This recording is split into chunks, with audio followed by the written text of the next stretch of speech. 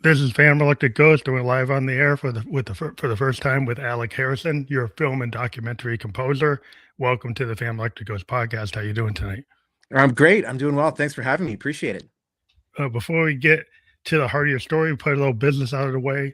If you see that QR code on the top of the screen, that's where Podmatch. Podmatch is kind of like a Tinder for podcast guest and host. So that's how we book guests on our show. So if you're somebody who wants to be on a podcast, if you're a podcaster looking for guests, it's a good way to do that. So scan that with your phone now, and that QR code will bring you there. You can check it out. And before we get to the heart of your story, I always ask every guest on the show a couple questions before we start. What motivates you, and why do you do what you do? That's a good question.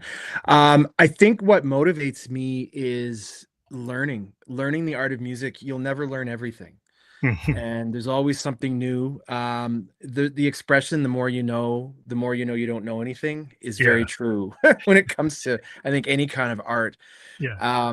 And I do it because I just love story. I love storytelling, and being able to engage in that process with music, which is what I'm comfortable with, is really why I do what I do. Yeah, and you specialize in documentary like films, doing the compositions for those, for that and feature films too as well, right? Yeah, You're from Canada, right? Or are correct. Yeah, you're in Calgary? You're still there? I am. Yeah, I'm just south of Calgary, and it snowed a lot today. No. So if Well, you're I'm in if you're Concord. listening somewhere that it's warm, you're lucky. It's very cold and snowy here today. I'm in Concord, New Hampshire. I'm not too well, not too close, not too far, but I'm in the kind of area that's similar. Yeah.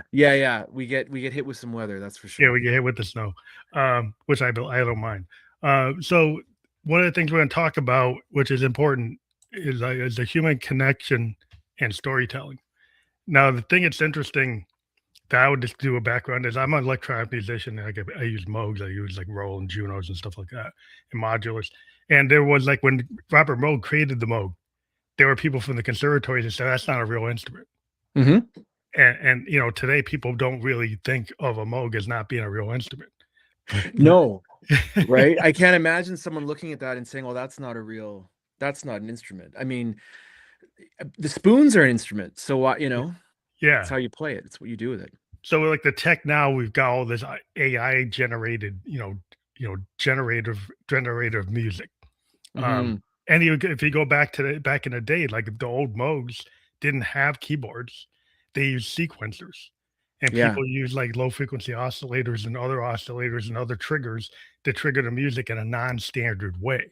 Yep. And experimental musicians have always tried to look like beyond a piano or a guitar.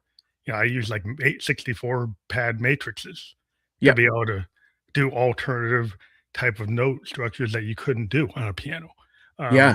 so there's things that you can do with the tech that can push things forward. And then there's a guitar and having a great like German piano. That's great if you can have it. Yeah. Yep. Well, and I think it's interesting too, because electronic music kind of opened up an opportunity for musicians who didn't have like classical theory, and proved that you can still write a song, you can write a piece of music with essentially no knowledge of the technical aspect of music from a theory standpoint. And in some ways it could be better because you end up with a result that you wouldn't have if you did have all of this theory knowledge and you're trying to follow rules. It's very free. It's a very free way to write and compose, and it's cool that you've got all that equipment, because it really was like a conduit into this new world of making music with electronics, which is That's why where thankfully. your focus. You're doing that type of work. Yeah, so I mean, a lot of what I do, the end result sounds like acoustic instruments or an You're orchestra, using but plugins, you're using like yeah, DAWs and yeah, yeah, exactly. But there's still electronics in there, and so anytime you can sneak in a Moog or a Juno or something, yeah, you yeah. got to do it, right? Yeah, what do you think? Because the thing is, it's like the argument why the DX7 kind of became popular versus Hmm. like the Mini Moog, was the Mini Moog takes up a lot of bandwidth, and the Yeah, DX7 with the digital synthesis, it's not as heavy in the mix. It doesn't take up all the room. Yeah. And Yep. so if you're a composer, sometimes it's like, well, that Moog is like overdoing it. It's like the Hammonds and the Moogs and the, all the electric pianos with their full polyphony is like that was maybe overdoing it, but now Yep. you're underdoing it. Yeah, yeah. That's right. Yeah, we need some of that analog back, you know? It Yeah, can sometimes you don't need much yeah. to make it It effective. can be a little heavy. Yeah. I like listening to the Yes and the Genesis with Peter Gabriel and you listen to the experimental stuff. I was just listening to a bunch of Zappa and and the Mothers, but and Sun Ra. It's like so I'm all over the map. I'm listening to Yeah. everything, but it's like I just like people who are pushing something, like are pushing something different, a different approach. Like I always thought Pete Townsend was a great synthesist because he's a guitar player, Yeah. and the way he approached Baba O'Reilly or Won't Go Fooled Again, the way he did those sequences, and he Yeah. ran them through like the EMS Yeah. like that, the way that was brilliant through like he actually used it a couple like he ran it through filters and envelope followers, I think.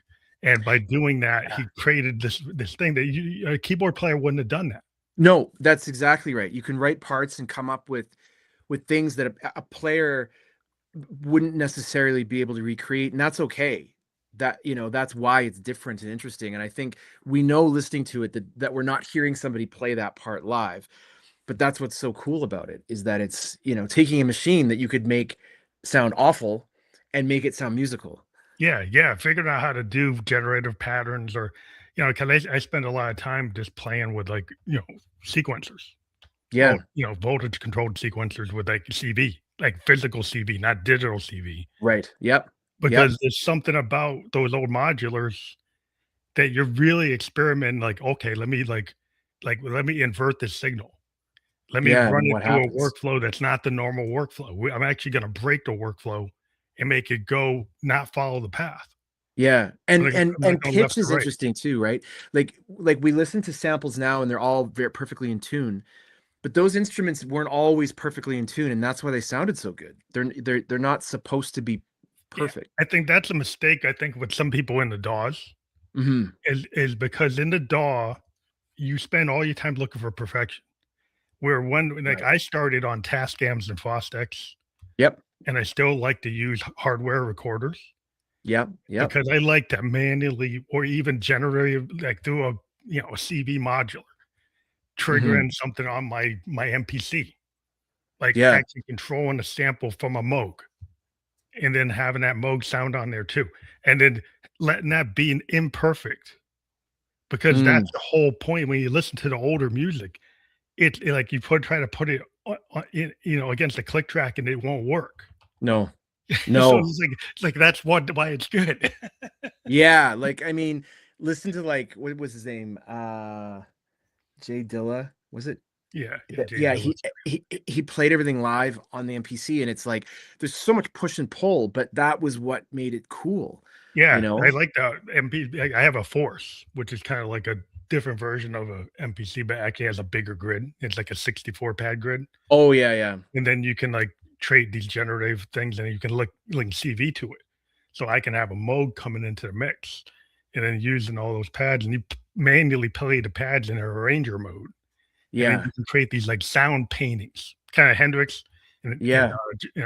George Martin penned the idea of a sound painting where you could Yeah, use the yeah. studio to sonically paint with layers the Mhm. music to tell a story, which I think as a filmmaker, you must be totally about that when you're painting that picture to go with a film. Yeah, absolutely, and, yeah, it's interesting because the process of writing to picture isn't linear. It's very rarely linear, especially Yeah, on it's like a all over the place. yeah, you're usually starting at the end. Like frequently I'll start with the last thing or find where in the film do we have to be the biggest or the most dramatic or the most heroic or whatever the emotion. And I'll often start there and then let that inform The rest of how it these other areas are going to work, right? Sort of pull backwards from it. kind of start to figure out your theme or the biggest impact, and then maybe you have hints to the theme. You Yeah. listen to like Star Wars, John Oh yeah. Williams. Yeah. Listen to how he approached doing our Blade Runner, listen to Blade Runner, listen to like how they approached it. And there's a lot of synth heads that know about the Blade Runner soundtrack. Yeah, of course. Yeah, of course. The Yamaha, yeah, the Yamaha like Dream Machines being used on Yeah. that, but CS80s, but I get too technical a little bit. But yeah, this seems like to me, some of the kids today is like, wow, plug in the plug in. Yeah, plugins are cool, Hmm. but there's something like if you can get like an old an old like Juno 106, Yeah. Oh, or no somebody kidding. lets you have like any of the Moogs, like Hmm. any Moog you can get, even the Radio Shack ones. Yeah, yeah, yeah. Well, yeah, it's true. I mean, like, and often, you'll see people online talking about, oh, I found this at a garage sale for $20, and it's like that's a Juno 106. Like, where did you get that? It was Yeah, the guy didn't want it, or someone just doesn't know what they have, right? And yeah, those are just brilliant. I mean, I yeah, got my Juno, and then I got a modern Juno that has like generative technology in it. It's got like yeah, a like an and I found like that generative thing can be really interesting because you can control it with a lot of it has a lot of control structure mm, because they brought back and so you can actually go and trigger the generation kind of like you do with a okay, module. You right. can like you can keep on changing things that go into it. And if Oh, you that's keep on cool. changing things that go into it, you can have very, very unique things. And if you run it into a recorder as you're doing it live, Hmm. you can get something's kind of point in time and very cool. Yeah, yeah, yeah. Like that's how it is. No, there's nothing else like it. Yeah, that's why I In like to that. do because there's people's like, oh, I got to clear this stuff. It's like you don't got to clear if you run like if you compose like that with electronic instruments. A lot of times you won't have to worry about clearing anything because you're gonna make something super unique. Yeah, there's no. Yeah, exactly. It's entirely its own thing. It's very, very unique. So no, Yeah. that's cool. What do you think about like AI? I mean, I just Yeah. pointed out that AI, and I found a way. Just give a like disclosure. My day job, I'm a software guy. I'm a software Okay. developer, so I can afford my modes. Yeah. But what I find is like it's a crutch. It's a tool, just like Hmm. a sequencer's a tool, a mode's a tool. You can Yep. overdo it. You can decide, hey, I want an acoustic instrument here. I want somebody playing a real sax versus a pad, like a software sax, Yeah. right? Like it can get really good with the woodwinds and stuff today. Like, Mm. but there Oh could yeah. be a reason why you want that sax player, that woodwind, or the flute player, or the clarinet player. There might be a reason why you want them, right? Yep. Exactly. Yeah. When it comes to AI, it's interesting because I've talked about this a little bit in the past, and it's changing every day. Yeah, yeah, I'm not at this point feeling like it's going to come and take over, yeah, because I think that especially in film and television documentaries, filmmakers are in the business because they want to work with people yeah. and other storytellers, not. Prompt engineering is probably not the thing you want to do. Spend there all the time prompt engineering like a 30-minute piece of music. Well, that's it, and I think the view of AI kind of from the outside, and questions I've had from people that know what I do but don't understand maybe Well, all of it, or all of it, certainly yeah. AI. There's an assumption that someone's going to go out and shoot this movie and spend all this money on it, and then the movie's going to come back and get edited, and they're just going to like feed it into some magic box, and then the perfect score is going to come out Yeah, the it'll other end. give you And something, and it could be somewhat convincing, but it's gonna have no soul. yeah, that And and yeah, and it's glitchy. It's full of yeah, glitch. I was playing with some like stuff just to trigger, like random words. I would give it a generation of like to come up with like very kind of unique jazz kind of thing, like idea. Like if you think about Coltrane and you yep, think about Sun Ra, space is the place. They just kept on saying space is the place and the different yeah, variations of that. So there's certain types of jazz, like a Love Supreme does that. So I said, oh, what if I do some spoken word? And I actually have the words. I'd say, let's randomize them and put them in different places. And then maybe mm, run them through sound generators and change the pitch and do all this stuff. But that's like, I'm still controlling what I want. yeah. You're still in control. It's using it like a tool, and I just don't see a scenario, and I could be wrong. We could come back to this in 3 years, you and I going, oh my goodness, we had no idea. But I just don't like, if you're entering into this industry as a filmmaker, as a storyteller, you're doing it because you want to work with other human beings. And if Yeah. you're coming in That's the human touch. because you want to make AI generated movies entirely on your own, that's cool. Like, go do that. but that's a different thing Well, it's like the altogether. one person operations, like the micro operation concept. Yeah. And we have that in software. Like there's software companies have 50 people, 500 people, 1,000 people, 10,000 people. Yeah. AI Yeah. is some now in some situations, if the guy's smart, you could leverage like a 500 person company could be done with like two guys, Yeah. right? From Yeah. software point of view. Yeah. However, you still need the human beings in there because the software just like to pillage other stuff. I mean, the AI Right. likes to look at what has already been done, Yeah. and the models to kind of theoretically think like a real critical thinker is not fully working right. No. The idea is they want to go to that, but it's not sentient. It doesn't have a soul. So even if it does it, it's still not a biological human being. And so Right. No. it will mirror what it knows and what it's been trained Yeah. on, Yeah. but it can't Yeah. really. Yeah. It's been trained on the work that you and I are doing and putting out there, right? It's Yeah. learning from that. Like one thing that I think is cool about AI music that it's kind of cutting its own path is when you hear like these really rich like soul and R&B versions of like classic rock songs. Like here's Mhm. AC/DC if they were a funk band from Or the change it, tell it to do that because it listens to what was there and it kind of modifies. yeah. And it sounds incredible, but it's interesting because it's not something that human beings are probably gonna wanna go and do and spend money on and hire a band and do all Yeah, they these wouldn't charts. do it. These are things that kind of like blue sky ideas, Yeah.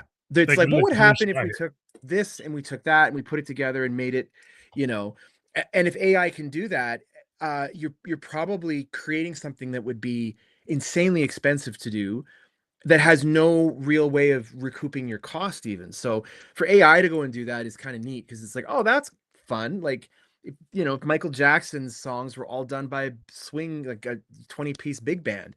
Yeah, I just don't see AI being like Frank Zappa, Hendrix, or No, but Sun Ra or it's not gonna Coltrane. It's create a not new gonna go thing. and create like a new thing like Coltrane did, Yeah. like Davis did, like eh, Hendrix did, like yeah. because he played the guitar left-handed, because the way he used his thumb, right? Yeah. Because of his approach. Yeah. Right? It was very Cherokee mystical, all this stuff with psychedelia, and so it was a combination of psychedelics, like indigenous Cherokee mythology, Hmm. and the blues. So Yeah. it's a rare kind of combination that creates a rare situation. Yeah. Now I Yep. don't think we're like, where's the pain that the AI has to do the blues? Where's the It's Yeah, true. because that's where the truth is. Like, if you're the Delta blues guys, like, here, go to New Orleans, like, it's coming from a place like that machine. It's like plastic. Like, Yeah. that's plastic emotion. So there's Mm. something about it that doesn't ring true. If you look at like artwork, my daughter's a graphic artist, and she's like, I can see the AI. All the artists she knows, they can see when something's AI. Yeah. And Yes. and she like thought that they were, oh, it's gonna ruin my opportunities. She's getting tons of logo work. She's Mm. doing like work for web for podcasts and all kinds of stuff because people realize that if you use AI, you get copyright strikes. You don't have really unique pieces of work, Yep. and it doesn't have that oomph, like you're saying, like why you want to work with a human Yeah. in film. It's the same thing like in art, Yeah. like any kind of art, like music and art, physical art. Absolutely. Like that, I think that human connection, like we were talking about, I just think like the people. I talked to a tech bro that owns one of these companies, and he was Mm. saying, "Oh, we're going to replace all the artists." It's like, yeah, you want to tokenize all the all you. He's like, you want to make that you want to be the profit center, like for Right. everything, right? And then that's what your mindset is, but you have no idea what art is because you're like, you're STEM. You're just all STEM. You don't think about.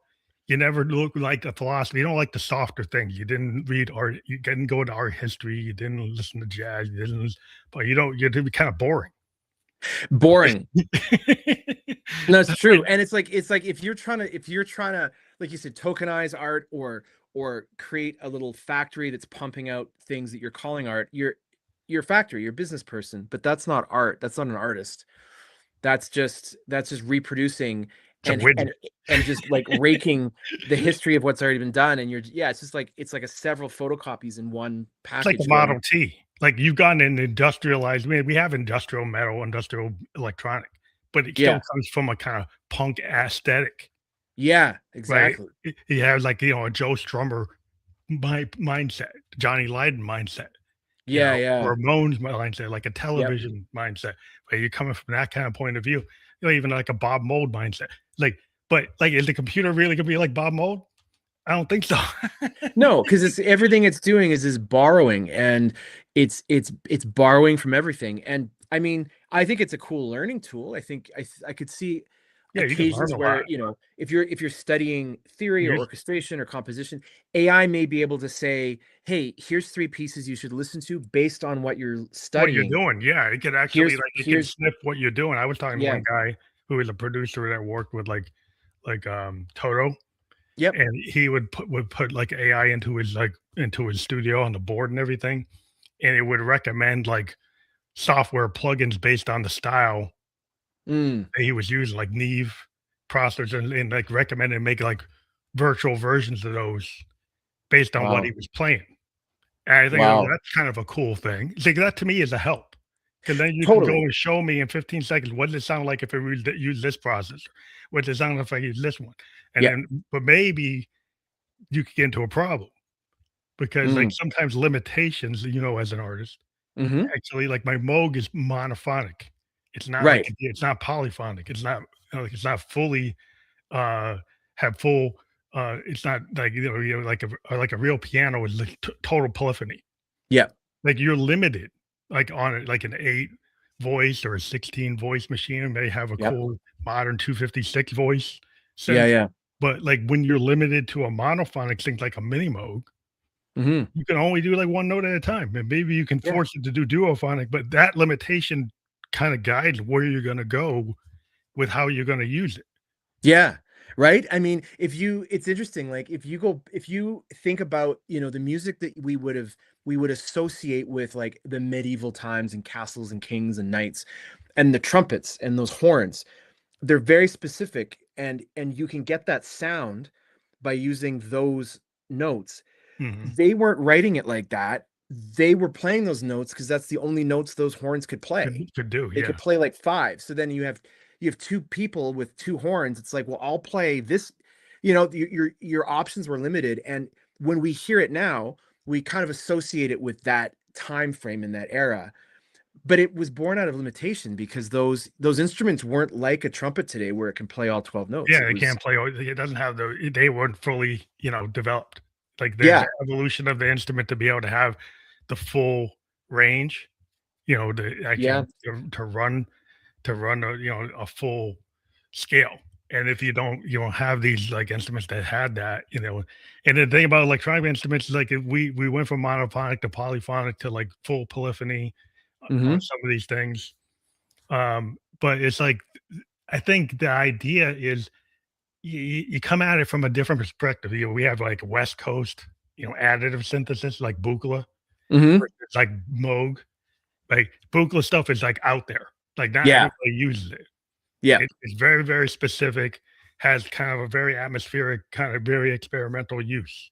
The Yes. the, the, Yep. mi- the Moog stuff is more traditional. People have heard it. The People Buchla have heard stuff, it. it might be there, but you don't know. You might not Yeah. really know where it came from. Yeah. Yeah. It's, You know what I that's a mean? good way of putting it. That's a good Yeah. way of putting it. Yeah, and then we have all the added, we have this modern synthesis with it doing all kinds of like things with the samplers and Yeah. and different perspectives and granular synthesis models, and we're just trying to say, well, what's the next big thing? Like in terms of like what you can do. I saw something that was like a mechanical Korg, like acoustic synthesizer. Wow. It just popped out, and it actually is kind of like it has magnets and resonators, and then it Holy has like smokes. filters. And the oscillators are actually the magnets and like a guitar. Well, Right. more like if you were like playing what is it called? If you're playing in jazz, not a yeah, I can't get it in my head. I know what the instrument is, but yeah, it's a physical capability. Well, I thought that was cool, but it's limited Yeah. in the range. It's only like one octave Yeah. Yeah. burst of implementation, but if you actually made it multiple octaves, then it could, and then you can change the source of the different types of pickups in it, the coils. Right. So it's like an acoustic version of an electronic instrument. Yeah, and I think That's wild. that's stuff that kinda pushes the envelope for me when I'm looking at people coming up with different models. Yeah, yeah, Or yeah. what could you do?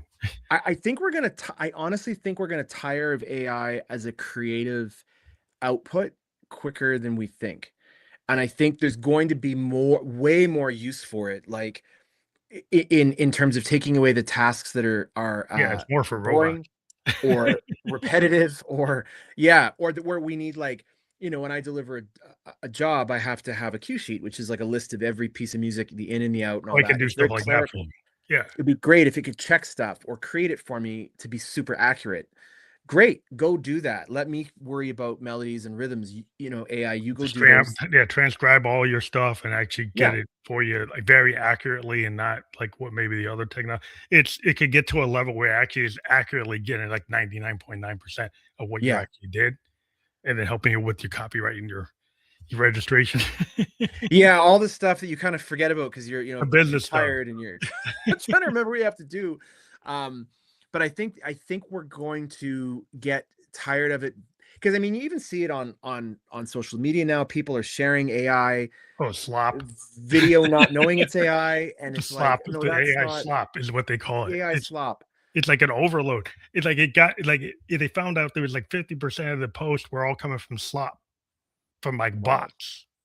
And Jeez. people were getting, like, it was actually affecting the influencers who are humans, right? Yeah. So these humans were, they're getting like millions of people and they were actually earning, they can actually make a living on YouTube or make a Yeah. living on TikTok. And then all this AI slop started cutting into them. Yeah. And it was just nonsense. It's just Yeah. total garbage. Yep. And it's kind of like junk food. It's like you will go to that junk food hamburger place if you don't have time. But if Yeah. you have time, you will go to the diner. You will go to the food truck. You will go out of your way 45 minutes to go to get that burger that you had, that this guy does it different than anybody. Yeah. Yeah. Or Yeah. the donut. Yeah, that's in whatever the robotic industrial version of it, like you said, you get tired of it. Yeah. Yeah. I think so. I think it's uh you know, I know people can be fooled by AI images and video clips and things. And I don't know. I do think there's going to be a pushback. There's all of these rumors too that it's going to take over everybody's job and everyone's going to Yeah, be it's out of a limited. job. We have seen a problem in software where, like, you think that it can take away all those jobs. Mm, And because the executives in the C, they don't really know what people are doing, no. right? So, but the problem is, was that it can do kind of rote tasks. But the Hmm. thing is, like, in any industry, we have this kind of concept. You have what you call a happy path, which is like an Mm. 80%, 80/20 rule. Yeah. Yeah. It's like 80%, maybe the AI could do it. But the 20% where things aren't standard, things Yeah. are exception processing. Like, give you an example. In an insurance company, you have regulations, you have rules, you have laws, you have structure. There's Hmm. a total structure of what the happy path 80/20 rule. But Mm. the 20% may actually bring a lot of money in. And Yeah. it's totally manual, and it's Mm. totally running on spreadsheets and some actuaries doing magic and that stuff, people have been wanting to get rid of it since the '70s, and they haven't gotten rid of it yet. Right. And I think the people have underestimated how much human beings actually are involved in flows, and they Yeah. find out That's a and good they end up point. having to hire them back. I've seen people get hired back. Wow. Well, that's good. I mean, that's positive, right? Yeah. It's yeah. I think we're still in very, very early days with AI, and it's changing all the time. I mean, this new thing, what's it called, Claude? Yeah, That Claude is very advanced. like I was learning a little bit about it today. It's wild, but I don't know. Apparently, there's like 160,000 users now who have all gone all in on this thing and been like, "Hey, AI, here's my computer, here's everything, here's my email, my bank, everything. Just you go to Yeah, I think town." the problem what you have with the AI is the gates and the regulation on it are, like, non-existent. Like, so if you were thinking the NASAD and the Securities and Exchange, it's kinda like Bitcoin, Yeah. right? So you run into risk because the problem is not even a backdoor into these things, because when you give AI rules and you tell it, "This is the rule, don't give this information out." Mhm. If you keep on pushing on AI, it will actually give you the information.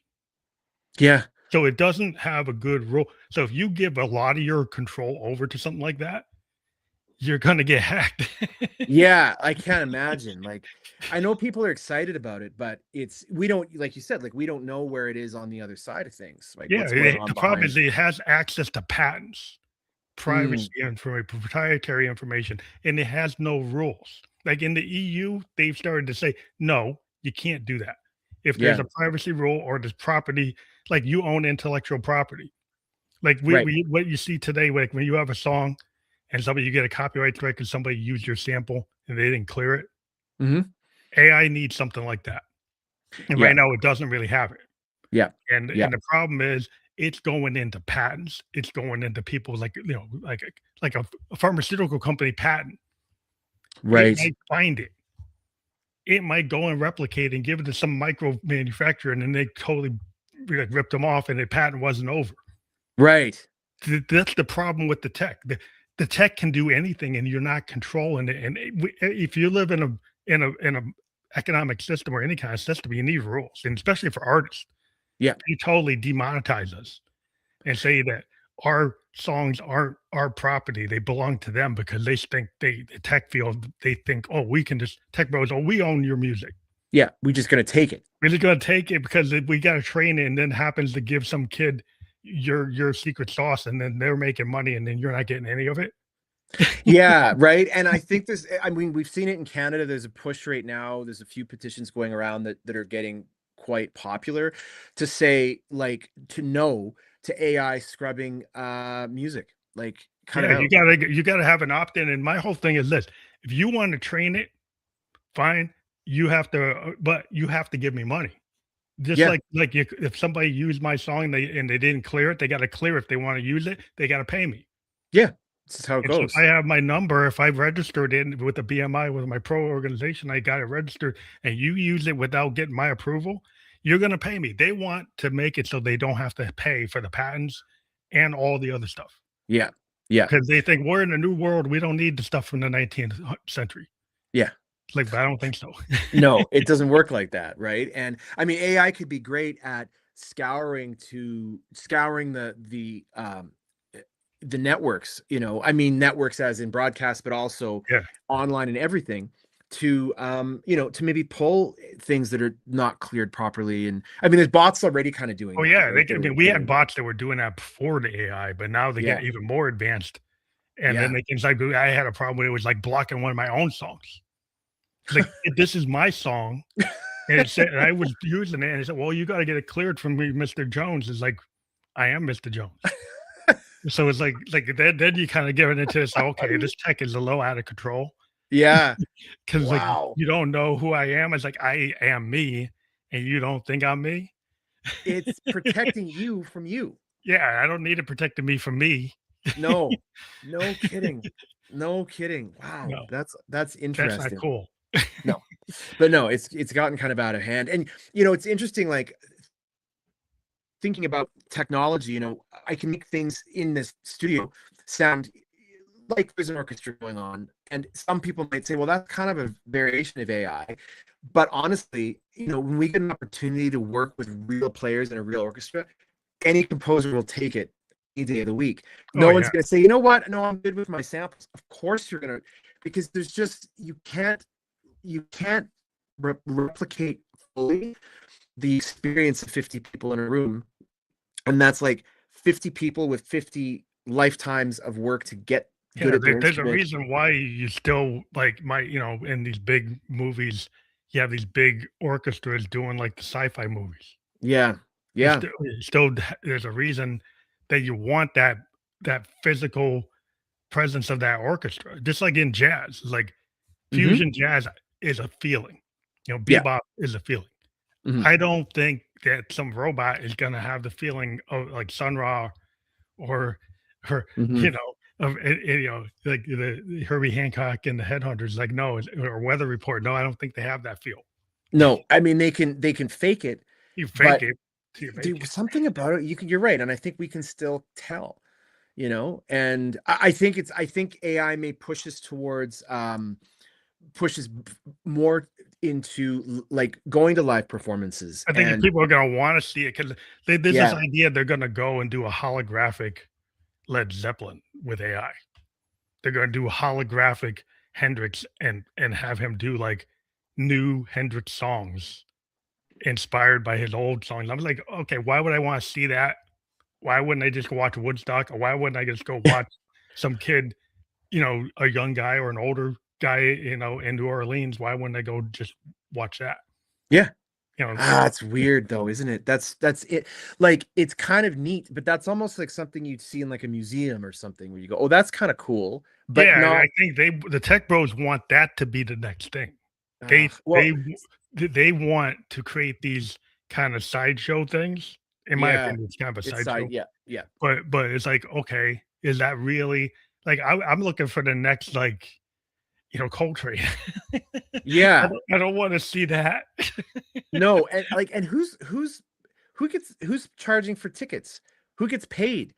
Well, the tech company, this is what I'm trying to say. I talk to these tech Yeah, bros, and they want to monetize all creativity so it goes to them. So it to them. funnels upward.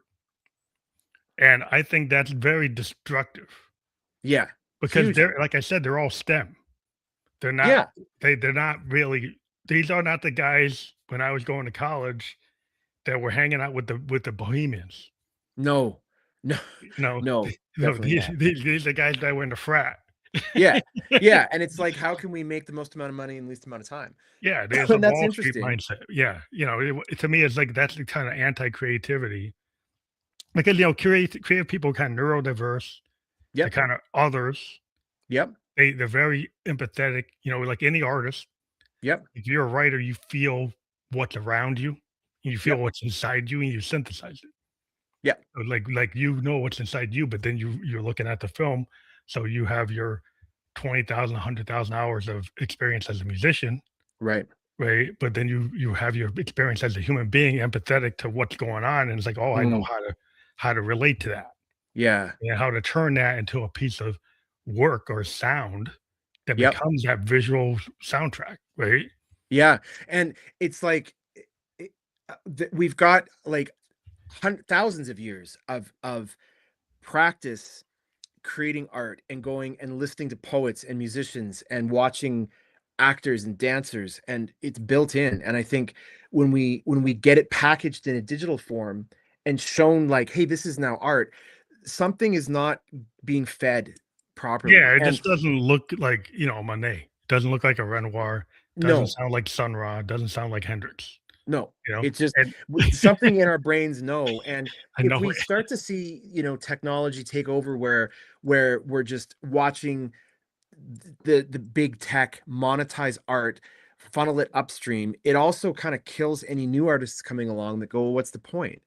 Yeah, Right. that's why I think it's very destructive because if you had to back in the day, and I'm a child of the '70s, and I Yeah, knew yeah, a lot of kids, I was in band, and almost everybody that was in band was creating their own like, it's like the age of new wave and MTV. yep, Everybody was trying to be Duran Duran. yeah, Everybody was trying to be The Cure.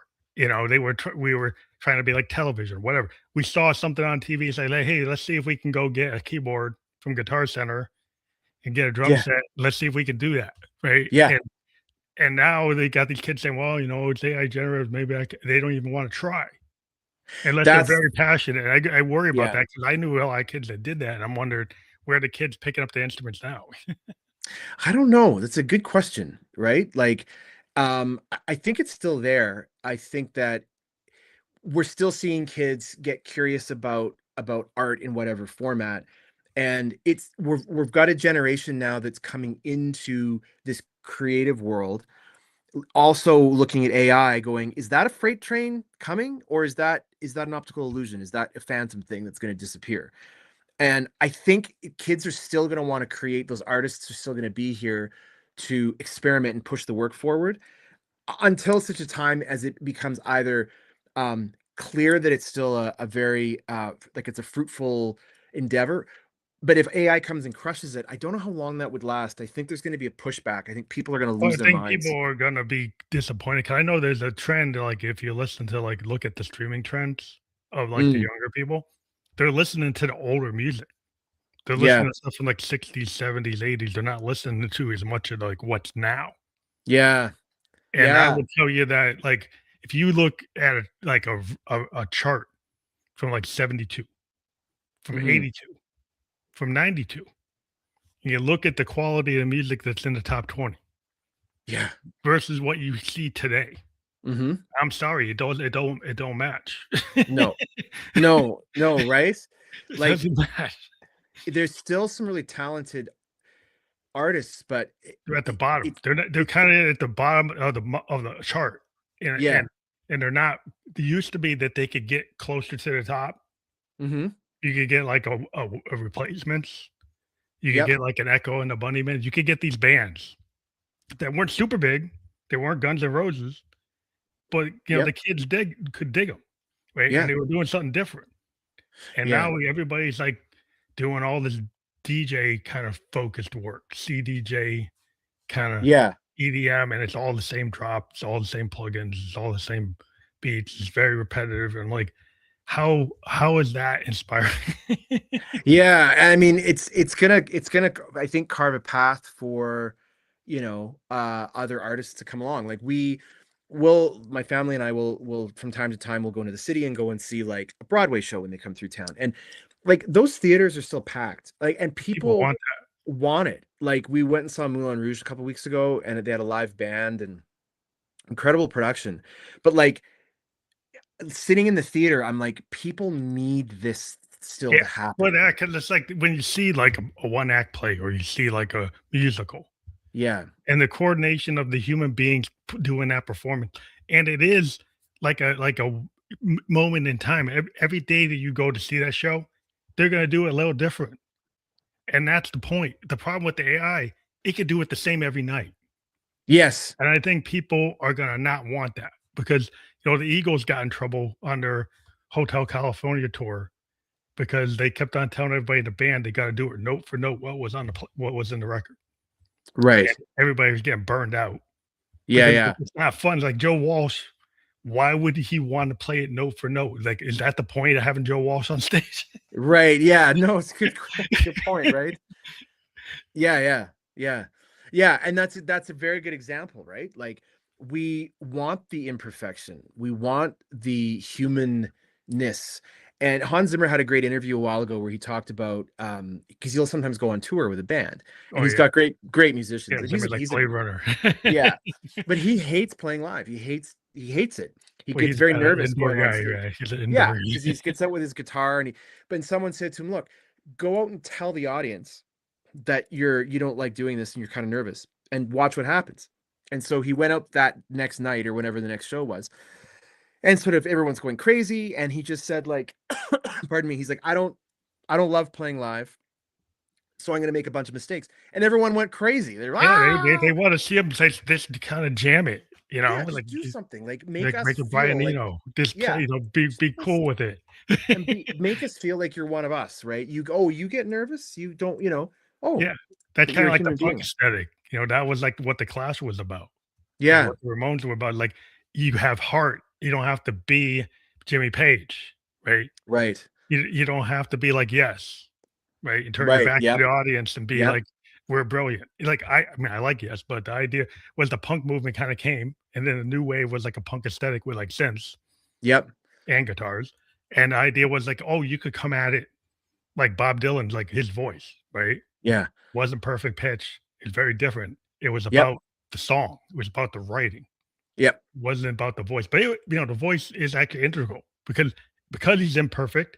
His Mhm. songs have character, Oh, and totally. that's half the thing. It's like Yeah. more than it's about 90% of the thing. Yeah, like, there's a recording of I think it's the Beatles' "Hey Jude," and somewhere McCartney plays a wrong like, he goes to the bridge when he's supposed to go to the He verse or hits it something. wrong. Oh, he hits it wrong. Yeah. Yeah, and you can actually hear him cursing on the recording, going, "Oh, bleep," because he didn't hit He didn't and do it it's right. like, "Oh my god, that's incredible." You have to really listen for it, but it's there, and they kept it. They left it, Yeah, that's obviously, the there's a lot of happy tape. accidents. It's That's great. I was like watching a documentary on Yellow Brick Road to Own John, and Yeah. they were doing it in some mansion, and everything's like Mm. third, fourth take. And that one was saying like, I belong for the days when we used to do it like that. Yeah. Because like the problem with the DAW is like you go and try to make it too perfect, then it becomes antiseptic to me. It loses the heart. Because like by the 100th take, like what you wanted to do on a fourth take, you probably destroyed it. Yeah. And there's probably a lot to me is about the punk aesthetic. Why I like bands like, the the Replacements and Husker Du's and Black Flag and a lot of those like kind of post punk bands. Yeah. Was they had this idea like, well, yeah, let's record it in 48 hours for a second take. Like, why not? Let's Mm. capture the passion of it. Yeah. And there's something about that. Those are very point in time Yep. pieces of art. Yes. And there's nothing wrong with that. If you want to be a perfection guy, fine. You want to do Born to Run and spend all the time trying to build a wall of sound, that's your prerogative. But sometimes even Bruce decided to do Nebraska, and he didn't do it that way. Yeah. Right. Just and it is like going back to roots, and because we all started there. We all started picking up an instrument or something and just doing it, and it's like, oh, that was cool. Like whatever I just did sounded kind of good. How do I do that again? I got to record that. And I've worked on albums with folks in the past, and it's so true how, like, we've learned too, if the artist is in any way a little bit like, oh, I'm in the studio now, I've got, well, just give me a couple warm-up takes, record everything. Yeah, And half the time you're taking the warm-up because it was like, oh, that's the closest thing, because artists always kind of screw themselves up, in my opinion. Like when I work with the guys I work with, is like by the time they get past like that fourth take, they kind of like they're sometimes they're not confident in what they did. Yeah. And it's up to the people around them to kind of say, hey, like your A&R guy or your engineer is like, hey, that's actually good. Yeah. Because you might doubt yourself. Hendrix was known for doing so many different guitar solos. Yeah. All of them were good. Yeah. I mean, I got everything in the Hendrix like art. All the versions are good, but some of them have a different feel, and it's a choice of like what you want that to feel like. Yes. So maybe he's trying to get it to feel what's in his head, right? Or what he thinks it should be. But that's the only problem you could run into. Like if you know what you want and you're trying to get to it, but if you don't know what you want and you don't know how to get to it, then you could be in problems.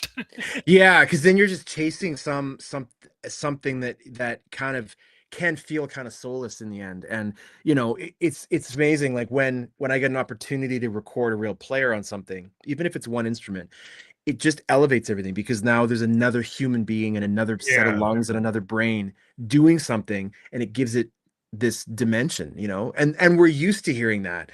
I mean, I think it was even a struggle in the like late 90s, early 2000s, when samples started to get a little bit better, and cues that would be in these films, like Hans Zimmer talks about this. He would mock up everything and it would sound amazing, but then it would go to the orchestra. There was never any like question about that.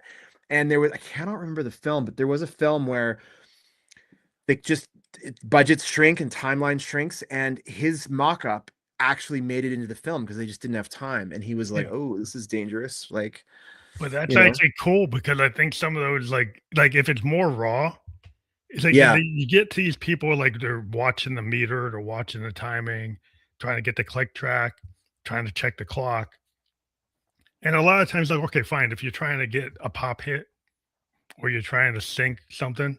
Yeah. But there are certain situations where having that, microtonal deviance or iteration, or you have like, you have discordance. Yep. Like a lot of times, like you'll do like you'll change the chord to be a little discordant on purpose. Yeah, on purpose. Right? Yep. On purpose. You play with the you have like shadow notes, shadow vocals, stuff that's a little off. But you kind of build it up. It's a painting. It's got layers.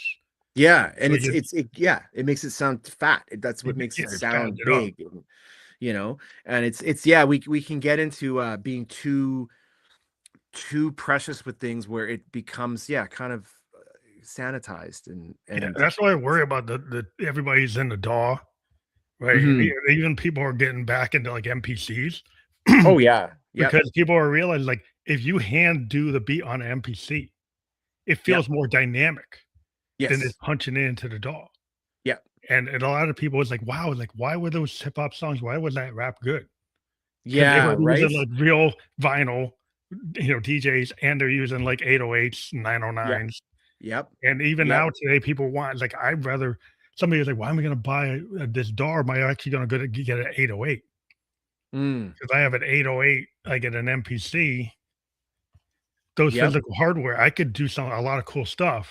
Oh, I might be limited that I can't do as much as the dog can do, but those limitations, you can still do a lot of cool things. You can do a lot of cool things. And I mean, like, and Sonic had the I think it was the ASR 10. It was a Oh sampler, yeah, that's a nice machine. and those converters just Sound different. sounded great. And those things are still very valuable on eBay and hard to find because The converters, yeah. there's just something about it that that it wasn't, they weren't built that way necessarily on purpose to be Yeah. great. They They just just sound they kinda just were. like the filter on a Mini Moog. It Yeah. actually has a defect. Yeah. You know, the CP3 has a defect, but the defect sounds cool. Yeah. Well, and you would remember, and this is, I love this kind of analogy, the story, because it's so, it applies to a lot. When Yamaha came out with the NS10, and most people have seen NS10s, the black speaker with Yeah, the yeah. white cone. It's kind of the studio monitor. And they came out in the 80s. Yamaha was like, we got this great reference monitor. Everyone's going to lose their minds. And I think it was the hip hop guys that bought them and went, these are terrible. Yeah, they like They don't it. sound good at all. And so then Yamaha went like, oh no. And they quickly realized, don't change it. Because now, if you can make your mix sound good on NS10s, they'll sound good anywhere. Yeah. And so, I mean, even today, people still have them. Again, they're hard to find, but those original NS10s from back in the 80s are like, they sound awful, and they probably honestly take you 5 years to get used to them. But if you can get a pair and get your mix working on Yeah, them, they can actually hear. But that's it's there's a lot of secret sauce to like sound, yeah, between using like Neve boards and solid state, all preamps and all these processors to like picking like your guitar, you know, like the different types of guitars you could use and you get in so detail, right? Of yeah, the pickups and the amps you're going to use, if you're going to mic the amp, if you're not going to mic the amp, what you're going to go through. And even on pianos, like you have to capture in the open air with the different mics and pulling up picking up the strings. Like yeah, there's different ways of capturing stuff. yeah, Like how people mic the Who versus how they yes, mic Led Zepp, yeah, right? Like yep, how you mic Mitch Mitchell is different than how you mic Bonham. right. Yeah, it's interesting. I mean, and that's part of the art of it, right? And like, Yeah. and I think that there is seems to be like this resurgence too in, wanting to understand these mics from the 50s and 60s and Oh 70s yeah. and this Everybody's different, jumping in you on know, those. So yeah. I have a lot of mics that I play with, but mics are super important. And like sometimes I'll run like my synth through like a Marshall and then Oh cap yeah, it yeah, with a mic to yeah. get this kind of distorted guitar effect coming out of my Juno. And you'll never do it the same way twice. Yeah, and it just gives you this like flavor that's like, wow, how did Yeah. you do that? Well, because I'm not just using a plugin. Yeah, because you're just trying stuff. You're just plugging things in an acoustic It's very space, and you experiment. You know, play with the air, the like the sound. temperature in the room will Yeah, change the pitch a little bit and change things or just tube enough. amps, like even a Moog, it takes like 30 minutes to Moog up, to warm up. So Yeah, if you play it when it's not warmed up, the oscillators sound different. yeah, So every time you turn it on, it has like a life of its own. yeah. Isn't And that it wild, right? and it just acts different. And that to me is the great thing of it. Cause like you pick up a guitar and it depends on what you're doing that day with the pedals and however you put it onto the amp, like it'll feel different. And that's what you're kind of using that as an Hmm. artist to take advantage. But I have this antiseptic digital perfect world, and then I gotta try to break like you have to kind of go into these things and like kind of change the tunings Yep, to kind of wreck them a little bit yep, to yep. make it sound better. And so like if you just take it straight, it's like I'm not gonna use it straight. No, and we know, like, it's interesting, like instruments get sharp when they're played louder, they get a little flat when they're played quiet, and with everything being perfect all the time, it does miss something. So yeah, part of my job is to go in and like put those imperfections back in Back and into it, start yeah. moving tuning. Like we did a TV series back in the fall and really experimented with. I mean, it was all kind of very layered, and there was a lot of atmospheric things and kind of unusual drums and loops and things. But a lot of it was just bending pitches so that Yeah. it was almost uncomfortable in moments, but you're creating this tension Yeah, you wanted to do that. Sometimes you with play like yeah, I like the RD piano from Roland because you can you can tune the strings of the piano. You can yes, change the lid height. So yeah, you go and you make the piano yours. yep, You actually yeah, tune it. And you spend like I spent a lot of time like doing sound design before I even do any song. Yeah, If I, right? on my Juno, on my modular, I spend time creating original pads, original tones Yeah. Yep. by doing the synthesis, like Yeah. subtractive synthesis or additive synthesis or whatever. I spend the time to not just use the straight preset, not like a No, DX7. exactly. Like a DX7 guy's, oh, just use a, or you know, like a, that's a lot of people just will use the like, oh, I'm just gonna use the preset. Yeah, no, it's there as a starting point. I mean, and it makes me think of like someone like John Cage, who, you know, very polarizing character. People love him or they hate him, but Oh yeah. he really did things that we still talk about today. And like the idea of the prepared piano, where he would open the piano lid and throw like doll parts inside, Oh, put like metal on it, throw metal put in metal different on it. ways. Yeah, And different people doing that. he was one of, I mean, there was a number of them, but as an American composer, he was so influential in that world of like aleatoric performance, where if you went to a John Cage show, especially in New York, like in the 50s, Mhm. you were only ever going to get that That once, one time. Yeah, you gotta you record know. it if you want the live version. Yeah, right. Like he would do crazy stuff. Like he would have radios on stage and then he would roll dice, and whatever numbers came up, he would use those numbers to tune the radios to. And Oh, then it's like that Eno became, thing. Like Eno had this yeah, thing with Bowie where he'd have the charts and just throw up notes that weren't even on the chart, right? yeah, And just have like during the Bowie sessions, they were doing that stuff in Berlin, and he would just like, and some of the session musicians are like, "That's not correct." He said, "No, it doesn't matter. Do it." yeah, it doesn't matter. It's true. Like, that's not the right thing we should play. It's like that's why you should play it. Yeah, right. Exactly. That's the whole point. That's the whole point. Yeah, Oh, that's that's like fun. kind of very interesting aesthetic. Like playing with discordant or playing with like space between the notes, Yeah, like the silence. A the lot of times in silence. composition, because we get so like we can overdo it. Yeah. We can overlayer with all the tech now. Yes. It's 64 layers, 128 layers. Is like sometimes you get the sparseness of having like a demo, kind of Yeah. like early Prince stuff. Like, Yeah. some of his stuff, like the Dirty Mind thing, it sounds like a demo because it pretty much is. It's like it's all like very, very raw. Yeah. It is. There's not a lot of processing. I think Warner Brothers, when they got it, said it wasn't done. Said this ain't done, and he said, "Well, put it out." Yeah. Right. He But knew. that's the way you have somebody who's like, "I know what I want. Yeah. That it doesn't matter where you think things are.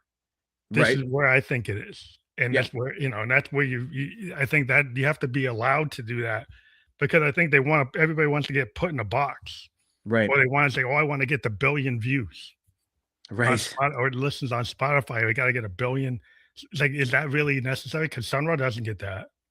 But No. everybody knows Right. that Sunrise like is the stuff. Yeah. Yeah. Yeah. Right. Yeah. And the metrics are very different than they used to be, and it's the plays, the streams, the likes, the follows, all that. But at the end of the day, I think we are going to come back to wanting art for the sake of art. And we may be reaching kind of a point where the pendulum is going to swing back the other way. And we're going to actively reject this whole AI, done in 5 minutes Yeah, thing. I there's think, nothing in 5 minutes is really that great. no, Okay, I think it's like the thing about, any art, like, there's stuff that you can do quickly, but a lot of times it's like even if you did it quickly, it was the 10 years of your life that led to the 5 minutes. correct. Yes. Yes. 100%. Like they say, you're not paying me to do for the hour that's is going to take me. You're paying me for the 15 years of struggle to get to the point Yeah, they where get I that can do it in great an hour. beat poet that's sitting in a bohemian thing, and they say something profound. It's like, it's because they lived that life like Jack Kerouac on the road, Yeah. so they can say these profound things. Yeah. Right. And you're like, wow, how can people used to look at Dylan's like, how can he come up with this stuff? Yeah. And it was like, because he was out there, he was Yeah. traveling. He lived it. He lived Yeah, it. yeah, you have to kind of. I think people want that human connection because the thing about the computer, it's kind of like the COVID thing. Everybody was like locked down. Yeah. I think eventually, like, you don't want to be in that lockdown phase. No. Like, you want to be out in the world. Yeah, yeah. and you want to like touch like humanity. You want it to touch you. You want it to feel the vibe, and being like the tech bros would tell you, like you can just do it all from your room. It's like I don't think so. No, it doesn't sound super appealing. I don't Just do think it all that from sounds your room without talking to anybody. like, hey man, if AI can like organize my taxes, do the books, great. Go to town. But it's I think we're gonna see it. We're gonna want it to do the mundane so that we can go and do other things Yeah, or that you can spend more open up, that time. you can spend more time, like actually, you know, playing. Like if you want to perform and Yeah, you want to spend all this time doing business stuff, you get rid right? of the business stuff, then you can do more collaborations. Yeah. You Go can do more practice. Go, projects. You can do more yeah. work. You could actually do more connecting events with other human beings, and like because you're not stuck doing all your, the business end of it. Yeah. Like, nobody wants to be an actuary. Nobody wants to No, be in a right. spreadsheet. No, we didn't get into the business for that purpose, right? Yeah, a spreadsheet's not my thing. It's like I don't get excited about it. Yeah, exactly. Exactly. But I want to let people know that we've got your QR code up for realcrafter.com. So what happens when people go to that site that you have there?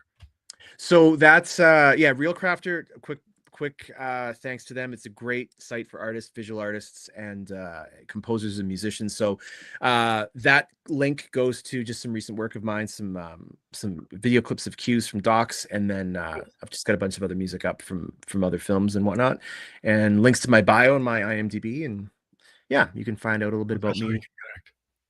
in one That's page. awesome. Because you can just take your phone and scan that. It'll go right to that website. We do have your Instagram as well. Both of those will be clickable within the platform that we're on. We Awesome. were on LinkedIn, YouTube, and Kick. We will be on all the major platforms by the end of the day tomorrow. Like Okay, awesome. Spotify, Video Podcast, Apple, iHeartRadio, Amazon, Newsly, a bunch of other plans. We will create a landing page for the audience to be able to pick whatever platform they like, what they like to listen to or watch a podcast on. We'll get that to you. We also use AI to create some clips.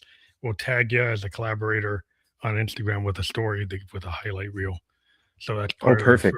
further process. So people who maybe missed it, they can go check the reel, and then on the story on Instagram, I will have an actual link, and then you go boom, you can go and say, oh, I want to listen to it on audio on Apple, or I want to watch it on Spotify or YouTube or Facebook or wherever.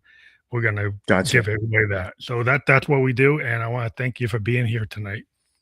Yeah, thank you. This was awesome. No, I really appreciate it. Yeah, we like to have kind of a real conversation. So, Yeah, no, that's great. yeah, It's I great. want to thank you for being here. It's cool talking to other creative people. That's kind of what gets the juices flowing. You get to really into the spirit. I think having that it's kind of reflective of what we've been talking about, like human Yeah, connection. human Having connection. a space to talk about things is kind of where it's at. Yeah, But absolutely. Nope, but thank you totally and agree. have a great night. You too. We'll see ya.